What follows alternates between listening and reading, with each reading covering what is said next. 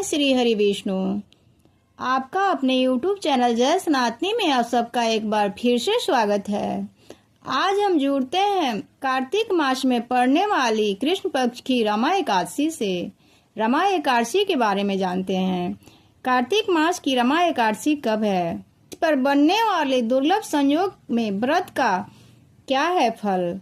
इस बार रमा एकादशी पर बन रहा है दुर्लभ संयोग। इस बार रमा एकादशी पर बन रहा है हरिवासर योग।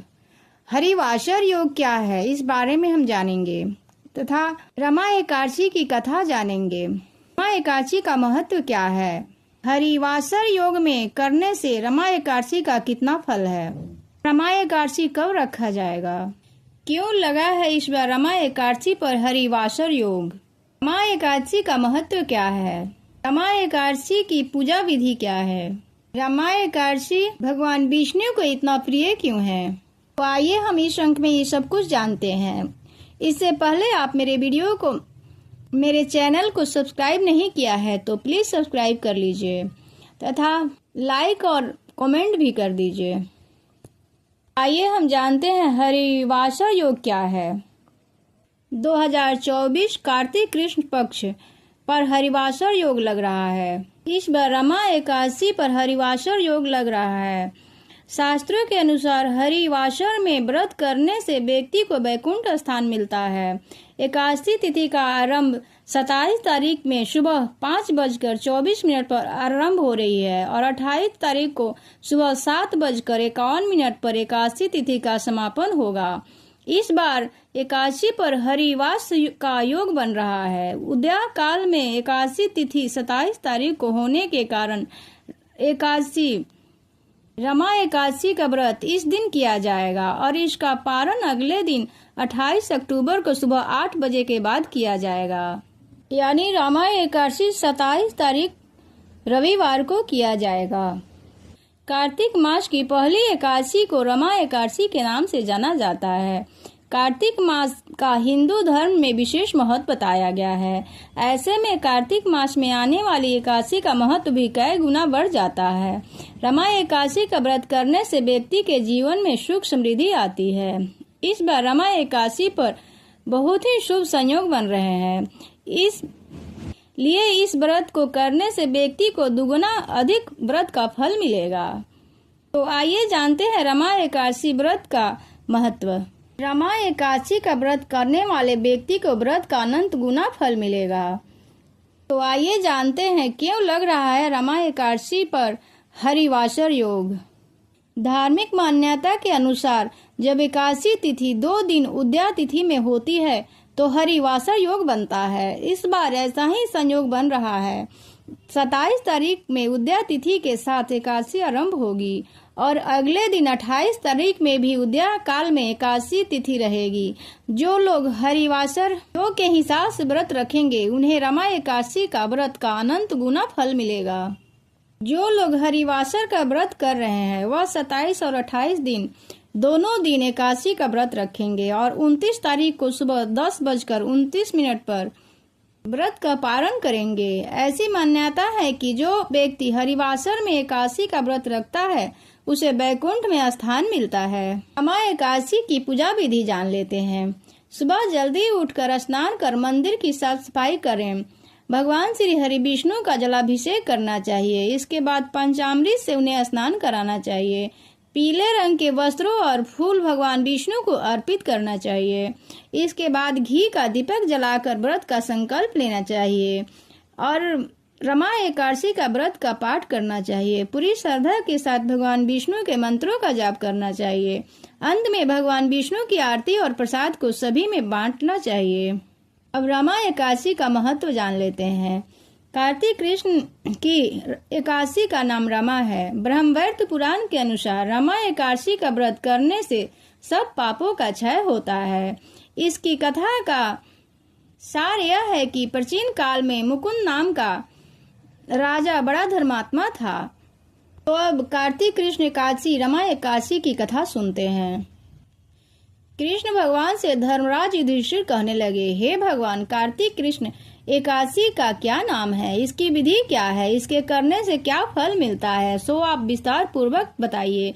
भगवान श्री कृष्ण बोले कि कार्तिक कृष्ण पक्ष की एकादशी का नाम रमा है। यह बड़े बड़े पापों का नाश करने वाली है। इसका महात्म्य मैं तुमसे कहता हूँ, ध्यान पूर्वक सुनो। हे राजन, प्राचीन काल में मुचुकुंद नाम का एक राजा था। उसकी इंद्र के साथ मित्रता थी और साथ ही यम, कुबेर, वरुण और विभीषण भी उसके मित्र थे। यह राजा बड़ा धर्मात्मा था, विष्णु भक्त और न्याय के साथ राज करता था।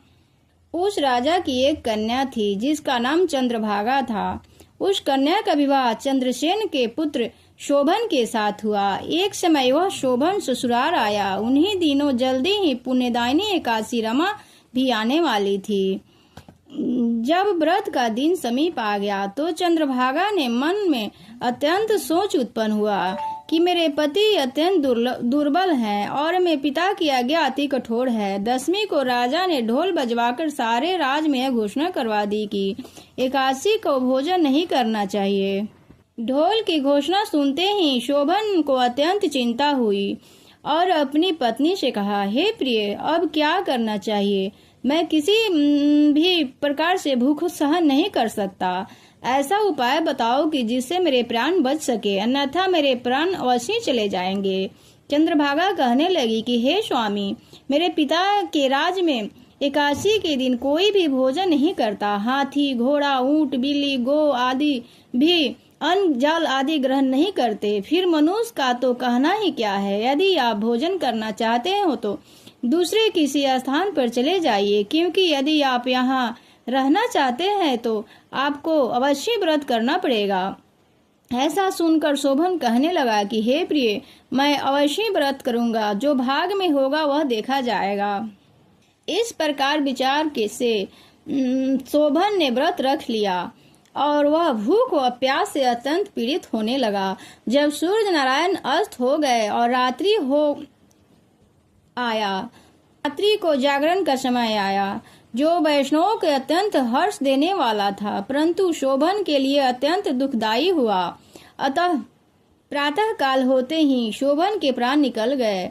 तब राजा ने सुगंधित काष्ठ से उसका दाह संस्कार करवाया, परंतु चंद्रभागा ने अपने पिता की आज्ञा से अपने शरीर को दग्ध नहीं किया और शोभन की अंत्येष्टि किया के बाद पिता के घर में रहने लगी।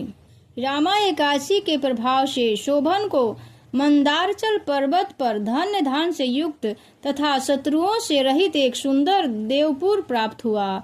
वह अत्यंत सुंदर रत्न और वैदुर्यमणि जटिल स्वर्ण के खंभों पर निर्मित अनेक प्रकार की स्फटिक मणियों से सुशोभित भवन में बहुमूल्य वस्त्र, भूषणों तथा छत्र और चंवर से भूषित गंधर्व और अप्सराओं से युक्त सिंहासन पर आरूढ़ ऐसा शोभ्यमान होता मानो दूसरा इंद्र विराजमान हो।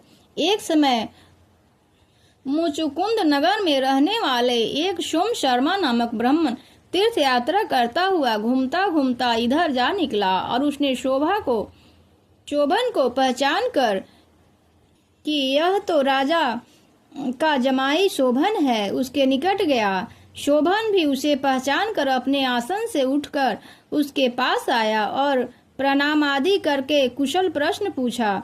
ब्राह्मण ने कहा कि हे मुचुकुंद, और आपकी पत्नी कुशल है? नगर में भी सब प्रकार से कुशल है, परंतु हे राजन, हमें आश्चर्य हो रहा है।